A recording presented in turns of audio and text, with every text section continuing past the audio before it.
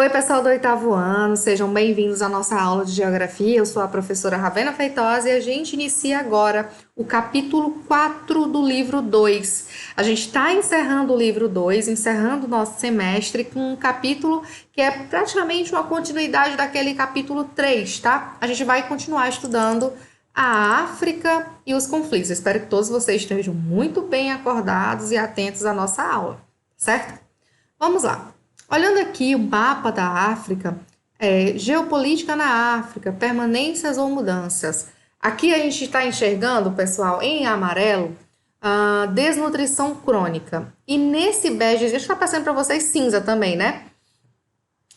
Escassez de alimento. Então, em amarelo, desnutrição crônica, em cinza, escassez de alimento. Então, praticamente, pessoal, toda a África sofre muito com a escassez de alimento, com a falta de alimentos para a sua população, tá certo?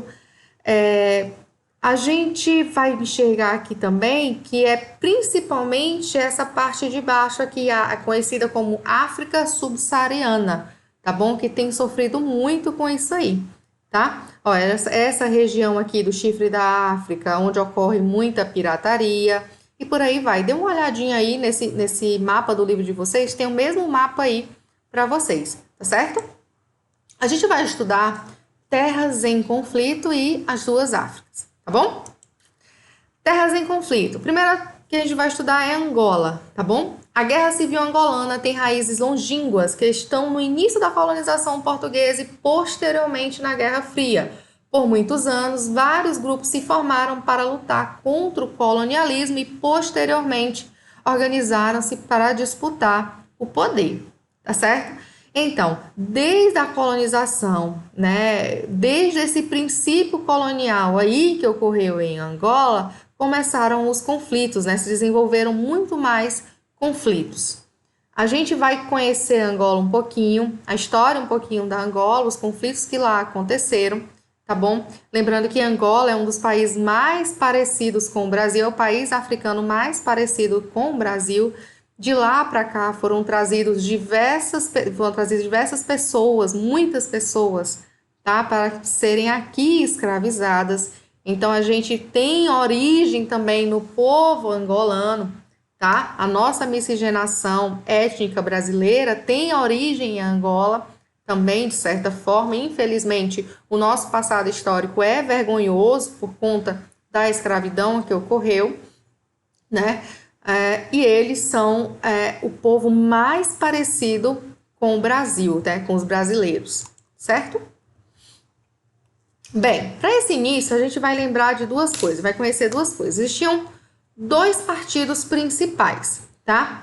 A MPLA e a UNITA, tá bom? MPLA, Movimento Popular para a Libertação da Angola, que tinha base socialista e era apoiada na época da Guerra Fria pela União Soviética, e a UNITA, a União Nacional para a Independência Total de Angola, apoiada pela África do Sul e pelos Estados Unidos. Se é apoiada pelos Estados Unidos, a gente já estudou um pouquinho de Guerra Fria, a gente entende que ela tinha bases capitalistas. Então, gravem MPLA e UNITA. MPLA socialista e UNITA era capitalista, ligada ao capitalismo. Bem, nas primeiras eleições que tiveram lá, por volta de, acho que 1975, a MPLA saiu vitoriosa, tendo como presidente Agostinho Neto. A UNITA nunca aceitou essa vitória, nunca concordou com essa vitória, tá bom? Já em 1990, se a gente lembrar de Guerra Fria, 1990 estava encerrando aí a Guerra Fria, né? A queda da União Soviética, o desmembramento da União Soviética. E aí, com esse enfraquecimento, essa falta de apoio ao MPLA, ele acabou sendo forçado a realizar novas eleições. Foram, então, realizadas novas eleições em 1990. E, de novo, quem ganhou? O MPLA. E aí, por várias vezes, o partido, a UNITA, se organizou e atacou as bases do poder da MPLA, por muitos anos sem sucesso, e a gente pode considerar até uma segunda guerra civil angolana, esses conflitos que lá ocorreram nessa época. Apenas em 2002, tá, a paz foi alcançada de certa forma, depois de vários acordos, né? A paz foi alcançada de certa forma por eles. Só que, pessoal, dentro desses tantos conflitos, o que fica é o desgaste da população, né? A pobreza, a miséria, a fome, né? O medo também fica aí instaurado. Então, a população é quem mais sofre com essa quantidade de conflitos, né? A busca incansável pelo poder. Agora, pessoal, a gente vai estudar um pouquinho sobre Ruanda e Burundi. Então, gravem aqui, em rosa está Ruanda, em laranja está Burundi. Essa região da África foi palco de um dos conflitos mais atrozes ocorridos no continente africano durante a segunda metade do século XX. Palco de grandes conflitos após os assassinatos do presidente Juvenal de Ruanda e Cipri de Burundi. Pessoal, em 1994, esses dois presidentes tinham viajado e tinham feito um acordo de paz para que Ruanda e Burundi não entrassem mais em conflito. Então foi um acordo, né, muito bonito, muito simbólico, né, tudo tem gravado. Se vocês fizeram uma pesquisa aí do dia do acordo de paz deles dois, pesquisa o nome dele, bota acordo de paz, que vocês vão ver vídeos falando aí a respeito desse acordo. Ambos eram da etnia Hutu, tá bom? Ambos eram da etnia Hutu. Aí, em 1994, quando eles estavam voltando desse acordo de paz, o avião deles foi derrubado, levando então à morte desses dois presidentes, tanto de Ruanda quanto de Burundi. A partir daí, os conflitos se intensificaram muito mais. Mas por que existem esses conflitos nessa região? Lembra aqui dessa etnia Hutu, tá bom? É de herança colonial também, tá bom? Até metade do século XX, as etnias Tutsi e Hutu viviam em relativa harmonia, tá? Eles viviam em relativa harmonia, não tinham conflitos declarados. Tutsis, originários da Etiópia, e eram pastores. Tinham pele mais clara e eram mais altos. Os Hutus trabalhavam na agricultura e já estavam por lá há muitos anos, né? Naquela região. Tinham pele mais escura e eram mais baixos. Com a chegada dos colonizadores, pessoal, eles deram cargos no governo para os Tutsis, excluindo então o poder, né, dos Hutus, né? Eu sempre quero falar Hutus. E aí os Tutsis ganharam cada vez mais poder, tá bom? Tanto que colocaram até regras absurdas de só poderia entrar na escola quem tivesse uma estatura mínima. Ou seja, lembra que eu falei para vocês que esses aqui, ó, esse aqui não era mais baixo? Os Hutus não eram mais baixos? Como é que eles entrariam na escola se eles eram mais baixos? Então, só entrava na escola os Tutsis. Então, eles acabaram ganhando cada vez mais poder e crescendo cada vez mais nessa região. Então, a chegada dos colonizadores, eles ganharam cargos importantes no governo e aí, né, aumentando cada vez mais seu poder e excluindo cada vez mais a etnia Hutu. As escolas passaram a exigir estatura mínima para ingresso, favorecendo assim os Tutsis. Em 1959, houve a primeira reação Hutu. Pessoal, uma noite, os Hutus foram até as aldeias Tutsis e cortaram os pés dos Tutsis, que eles eram mais altos, né? Justificando assim, os Hutus disseram, agora todos estamos com a mesma estatura. Então, pensa, os pés foram cortados para que todos ficassem da mesma estatura. Então, foi uma reação Hutu à soberania dos Tutsi em relação a eles com a chegada dos colonizadores. Ruanda se tornou independente em 1962. Por serem maioria, os Hutus assumiram o poder e os Tutsis foram embora, foram procurar refúgio em outras regiões, como é o exemplo de Uganda. Esses conflitos entre Hutus e Tutsis existem até hoje, pessoal, tanto que por muito tempo na identidade deles, no RG, carteira de identidade deles, tinha até a etnia, informando a etnia, para eles não se misturarem. São povos que realmente não se misturam, tá? Então, mais uma vez, assim como em Angola, só quem sofre com esse tipo de conflito é a população, né? É um povo muito pobre, que teve sua economia, sua política, infraestrutura, né? Tudo foi atacado por essa guerra entre essas duas etnias, tá? Mas vamos lembrar que tem raízes coloniais. Lembra que eu falei lá no início que eles viviam em relativa harmonia. Só com a chegada dos colonizadores e com o ganho do poder, né, dado pelos colonizadores aos Tutsis, que começaram esses conflitos, tá bom? Agora a gente vai falar um pouquinho sobre a África do Sul, tá bom? A história da África do Sul confunde muito com a história da dominação europeia sobre o continente africano e representa as atrocidades cometidas pelos colonizadores e o processo de deterioração de um povo subjugado a outro e explorado por eles. Eu achei essa frase muito forte, eu quis colocar ela toda aqui no slide, tá bom? No século XVII, pessoal, teve a chegada dos holandeses nessa região. Eles dominaram até a chegada dos ingleses lá no século XIX, então eles ficaram do século XVII ao século XIX, os holandeses aqui comandavam, quando no século XIX, com a descoberta do ouro nessa região, eles foram atraídos e tomaram aí o poder dos holandeses. Os holandeses ficaram conhecidos como boeres, tá? Que eram povos do campo, os boeres.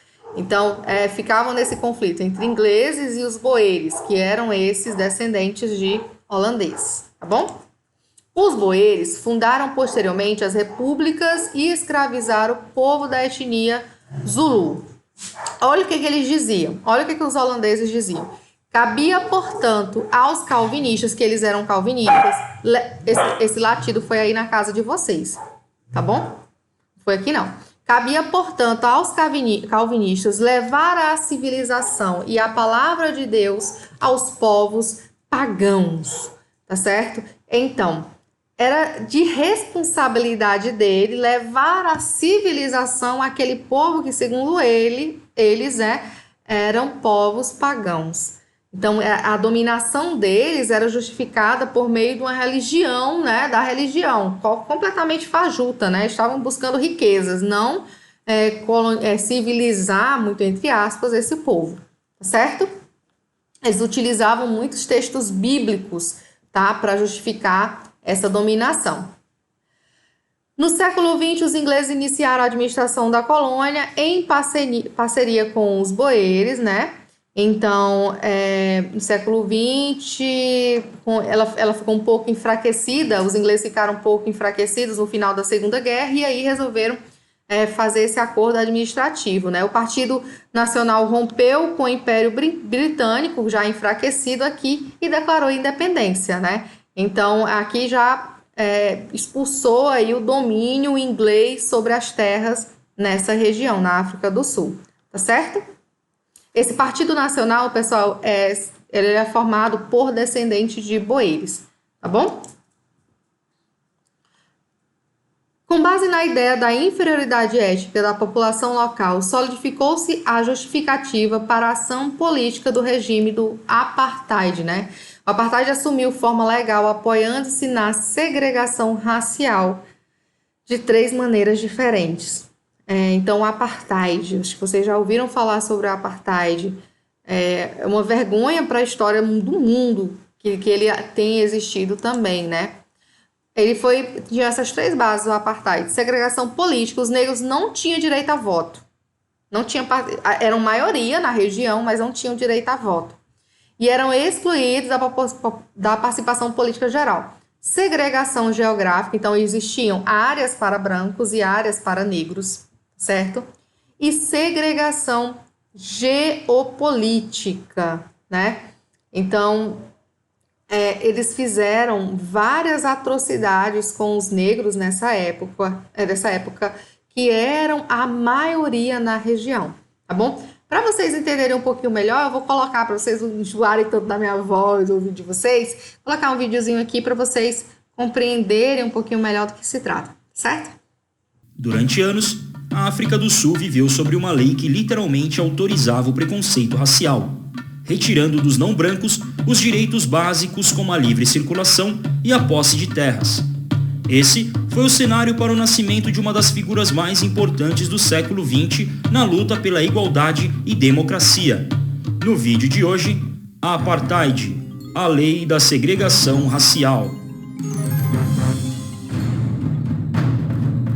A África do Sul foi colonizada inicialmente pelos holandeses a partir de 1652, com a criação da colônia holandesa do Cabo. Após Napoleão Bonaparte ter conquistado províncias holandesas durante a Revolução Francesa, os ingleses aproveitaram para ocupar a região em 1795.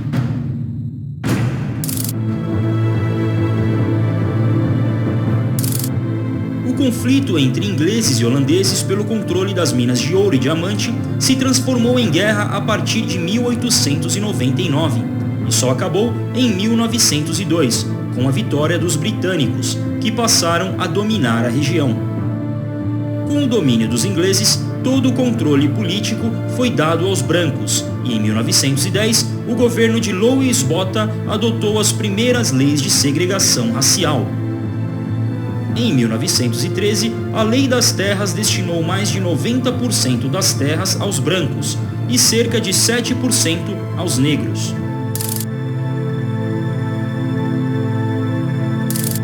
No ano de 1948, Daniel François Malan se tornou o primeiro-ministro da África do Sul e instaurou o programa de segregação racial Apartheid, que transformou o racismo em lei, marginalizando os negros, mestiços e asiáticos, com isso dando privilégios aos brancos, minoria no país.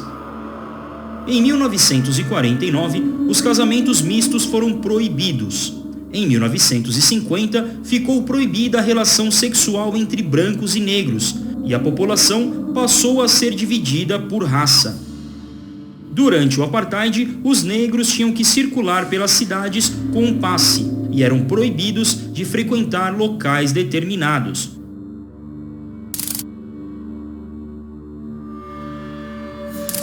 No dia 21 de março de 1960, 69 negros foram mortos em uma manifestação contra a lei do passe, na cidade de Sharpeville. Isso provocou uma série de rebeliões por toda a África do Sul e finalmente atraiu a atenção do mundo para o problema da segregação racial.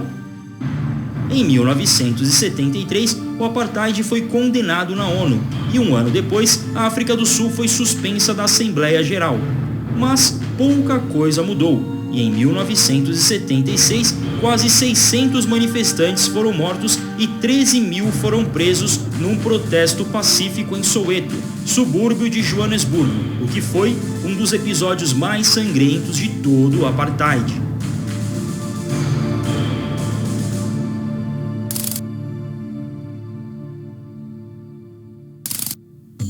Nelson Mandela já estava envolvido no movimento anti-apartheid desde os anos 40, quando ainda era um estudante.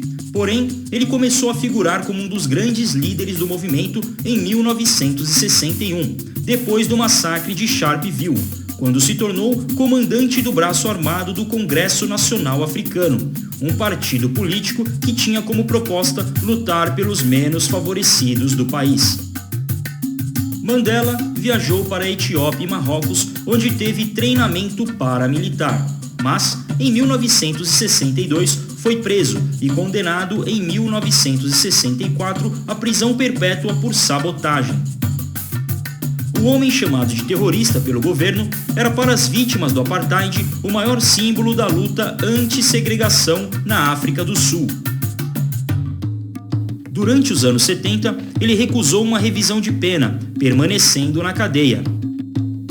Em 1985, a resistência ao apartheid tinha ganhado uma dimensão gigantesca por todo o país, o que fez o governo decretar estado de emergência. Com isso, Mandela recebeu a proposta de liberdade condicional, em troca de não incentivar a luta armada nas ruas, mas não aceitou. Ele continuou na prisão até 11 de fevereiro de 1990, quando foi libertado por ordem do presidente Frédéric de Klerk, após forte pressão nacional e internacional. Pelos esforços na reconciliação do país, Nelson Mandela e Frédéric de Klerk dividiram o Prêmio Nobel da Paz em 1993, Em 27 de abril de 1994, com o direito do voto assegurado para todos os cidadãos, Mandela se tornou o primeiro presidente negro da África do Sul, colocando finalmente um ponto final à lei do apartheid.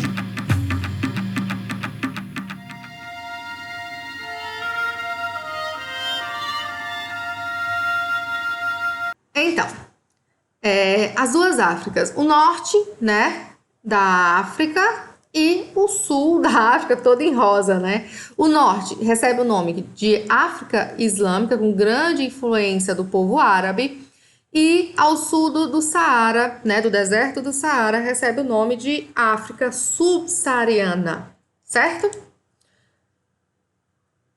África Islâmica, povos semita e camito-semita, lembra de influência de origem árabe, né? No passado, toda essa região foi anexada ao Império Turco-Otomano. O restante era conhecida como África Negra, só que esse nome, pessoal, não vingou por muito tempo, porque é altamente excludente, porque essa região se chamava África Negra por ela ser extremamente pobre, por ter vários conflitos, não pelo tom de pele, mas por ser uma região que não era tão boa para se viver, tá? Então, por isso que agora se conhece como África Subsaariana e não como África Negra, tá? Essa proximidade dessa África Islâmica com o povo árabe fez com que eles também adquirissem alguns costumes e culturas. A religião, né, muçulmana, a língua que é falada também é a língua árabe.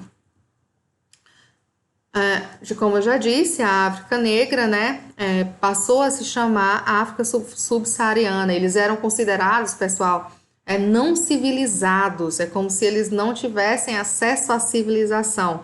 Prevaleceu, então, muito preconceito e racismo, tá? O islamismo nessa região é muito mais forte, mas em algumas desses países também, em algumas regiões desses países também, da subsaariana, também se difundiu, né, o islamismo. Certo? Sudão e Sudão do Sul. No dia 9 de julho de 2011, foi oficializado mais um país, o Sudão do Sul. Pessoal, por muito tempo, o Sudão viveu em conflito. Lembra que eu falei lá no capítulo 3 que essa colonização, ela uniu povos que eram inimigos e separou povos que eram amigos? Essa união de povos que eram inimigos era justamente para eles não unirem forças, já que eles não se davam bem, para lutar contra os colonizadores. Então, por isso que eles deixavam numa mesma região esses povos inimigos e separavam os amigos. Entenderam? Então, por muito tempo, o Sudão viveu em conflito, né?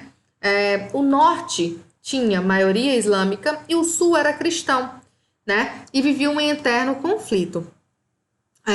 Se a gente parar para pensar, né, não é só por conta da religião, né? O Sudão do Sul ele é riquíssimo em jazida de petróleo. Então, essa disputa por essas regiões tinha uma justificativa financeira também, tá? Só aqui em 2011, dia 9 de julho, que o Sudão do Sul foi formado, foi o 54º país da África, mas só foi fundado depois que foi acordado, entraram em um acordo de que a África do Sul, o Sudão do Sul ia ceder parte, né, dos lucros que obtivesse com o petróleo. Então, só a partir daí que foi criado esse novo país, tá bom? A Primavera Árabe. O que é essa Primavera Árabe, né? Em 2011, uma série de revoltas populares contrárias aos governos ditatoriais e à crise econômica eclodiu no chamado mundo árabe, né? A gente conhece isso aí, essa revolta contra um governo ditador como Primavera Árabe. Ela começou isolada ali no norte da África e logo ela se expandiu, né? Por toda a África e por uma parte também do Oriente Médio. O uso das redes sociais na organização de protesto, assim como é hoje. Né? A gente não... A Primavera Árabe hoje acontece, né? Mas a gente não organiza tudo pelas redes sociais, a gente se comunica pelas redes sociais. Essas redes sociais favoreceram muito na organização de protestos nessa época, porque as pessoas se comunicavam muito mais fácil, se reuniam facilmente, eram financiadas também facilmente e conseguiram derrubar alguns ditadores através de grandes protestos, tá? E também, pessoal, tem a questão da internet nessa região, né? As pessoas começaram a ter coragem de contar para o mundo os horrores que eles sofriam com esses governos ditatoriais, tá? Então, eles começaram a falar como era a vida nessa região. Se vocês pesquisarem um pouquinho sobre Primavera Árabe, vocês vão encontrar vários vídeos legais na internet também, tá? Mas a gente aqui no oitavo ano, a gente não se aprofunda tanto nisso aqui não, certo? Parte mais legal, eu sei que vocês adoram a nossa agendinha. 43, 46, 49, tá bem claro que é gabaritando no caderno. E da 52 até a 59, não precisa fazer, continue aprendendo. E você vai enviar para meu e-mail, dia 26/6, de 8 às 18 horas, tá certo? Então, fiquem com Deus, um beijo, tchau, tchau.